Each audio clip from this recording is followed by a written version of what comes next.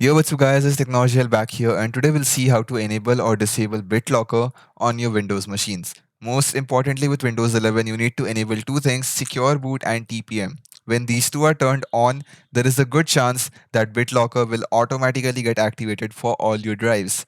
So you can see in my case, only drive C is encrypted with BitLocker. How do you know if it's encrypted? You get this little lock and key icon on here.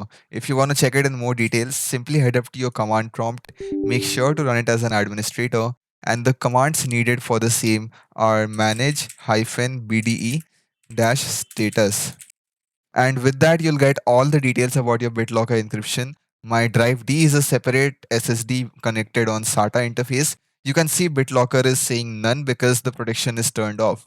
And for my drive C, the NVMe where Windows is installed, you can see that it says BitLocker version 2.0, conversion status encrypted, and 100% of the storage is encrypted. So now if you want to turn it off, it's gonna be really simple. Simply head up to your control panel, and from your control panel, go to System and Security, and there you will find BitLocker Drive Encryption.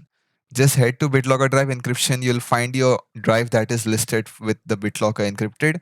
Over there, you can either suspend protection for a short period of time, you can back up the recovery keys for your BitLocker, or you can completely turn it off. So here we are looking to turn it off. So simply hit turn off and just accept. And now the deactivation process for BitLocker is on its way. The decryption is in progress. So now if you head back to your CMD, so here it was 100% when it was encrypted. Now if we try the same command again, so you can see it has come down to 23.5. It will take roughly 10 to 15 minutes depending upon the size of data that you have on your drive. I have roughly 250 GB of data. So in my case, it should take roughly 10 minutes and that should be sufficient. It will just keep reducing down over the time passes until it reaches zero. And once it is zero, you will see that all the status about BitLocker gets off. So now comes the question, why do we enable BitLocker? That is basically given for protection so that if some unauthorized person tries to access your device or makes some hardware change to your device, then the BitLocker will trigger it up and it will ask for the authentication key.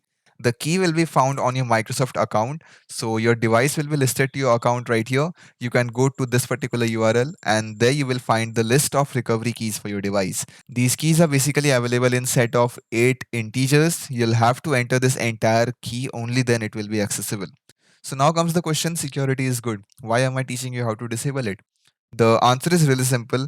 If you are a desktop user like me who really often changes any of the hardware components, so if BitLocker detects there is a change in hardware, it will encrypt the system, asking for a key each time it boots up. So that is really hassleful.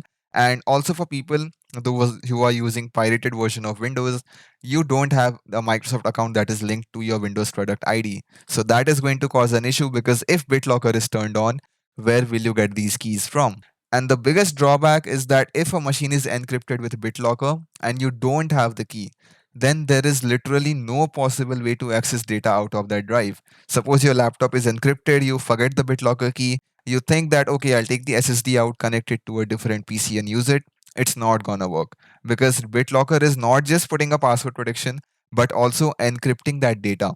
This key is basically the SHA code that will be required for decrypting it again. So yes, that's why you need to disable BitLocker. In case you are a laptop user, you have a genuine Microsoft account with your Windows product license, you can keep it on. But in case you are someone like me who keeps on playing around with hardware and tinkering around with stuff, then it's recommended to turn it off. So lots of talks done. Now let's get back to CMD and check the status. It's still at 8.6%. Let's get back after a couple of minutes and then we'll see what's the status. All right, so here we are done. You can see that the percentage encrypted says 00 and the protection is completely off. So now if we head back to Explorer, there you can see that the lock and key icons have disappeared.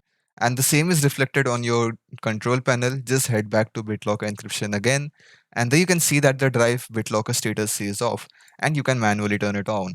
Similarly, you can turn it on or off for all other drives. So yes, it's really simple, and it is yes recommended to turn it off in case you are gonna do some tinkering or if you have a pirated version of Windows.